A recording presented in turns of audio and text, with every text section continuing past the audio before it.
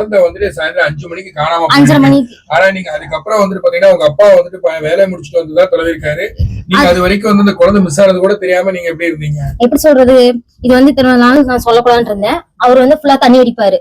சரிங்களா, நான் சொல்லிடுறேன். நான் அவர் தண்ணி அடிக்கிறப்போ என்ன பண்ணிருக்காரு, முந்தானத்து அவர் குழந்தை காணாம போறக்கு ஒரு நாளைக்கு முன்னாடி கருப்பு கலர் ஜூஸ் இந்த மாதிரி ஜூஸ்ல வந்து வாங்கி கலந்து ஃப்ரிட்ஜுக்குள்ள வச்சிருந்திருக்காரு. அது எங்களுக்கு தெரியாதப்ப என்ன பண்ணிருக்கேன், எல்லா வேலையும் நான் முடிச்சுட்டு தூங்கி எந்திரிச்சிட்டு ஒரு 2 மணி இருக்கும்.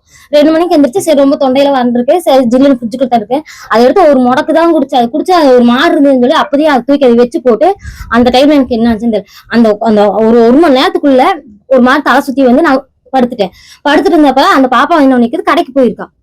அந்த டைம்ல இந்த மாதிரி ஆகும்னு எனக்கு தெரியாது. இவன் எதுக்கு வாங்கி அதை கலந்து வீட்டுக்குள்ள வைக்கணும்? இதே குழந்தை எடுத்து குடிச்சிருந்தா என்ன ஆகுறது சொல்லுங்க? இப்போ நீங்க அதே வீட்டுக்குள்ள பியர் பாட்டில், வாட்டர் பாட்டில்ல சரக்கு இதெல்லாம் இருந்தது, ஒரு போட்டோ ஒண்ணு வெளியாயிருக்கு. அது நீங்க பாத்துட்டீங்களா என்னன்னு தெரியாது. அது வந்து ரெகுலரா இருக்கு, உங்களுக்கு வந்து மது பழக்கம் தொடர்ச்சி இருந்துட்டு இருக்குது அப்படின்றது சொல்றவங்க 1000 சொல்லாங்க சார். இப்போ நான் சொல்றவங்க 1000 சொல்லலாம். இத்தனை நாள் இதெல்லாம் வெளியே வராது, இப்ப எதுக்கு வரணும்னு தான் நான் இப்ப அந்த வீட்டுக்கு போய் 1 மாசம் ஆகுது. அந்த 1 மாசத்துல என்னை பத்தி அவங்களுக்கு என்ன தெரியும்? இந்த 10 வருஷமா அவங்க கூட நான் இருக்கேன். அந்த ஆள் என்னென்ன பண்றான்னு எனக்கு தான் தெரியும். 10 வருஷமா அவங்க வந்து பாக்குறாங்களா வீட்டுக்குள்ள? நான் என்ன பண்ணணும்னு அவங்களுக்கு தெரியுமா? முதல்ல வீட்டுக்குள்ள என்ன நடக்குதுன்னு அவங்களுக்கு தெரியுமா?